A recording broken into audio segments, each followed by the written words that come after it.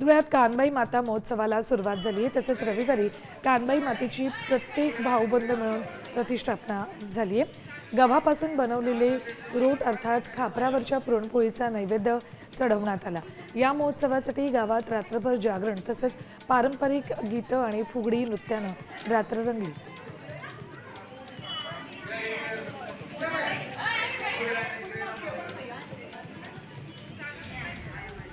फुलंब्री तालुक्यात पडणाऱ्या सततच्या पावसामुळे क्षेत्रातलं पीक पूर्णतः वाहून गेलं।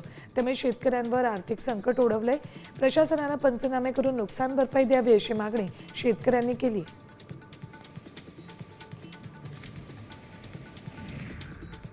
घनसावंगीमधील रामसगाव ते भोगाव रोडवरील पूल पाण्याखाली गेलाय।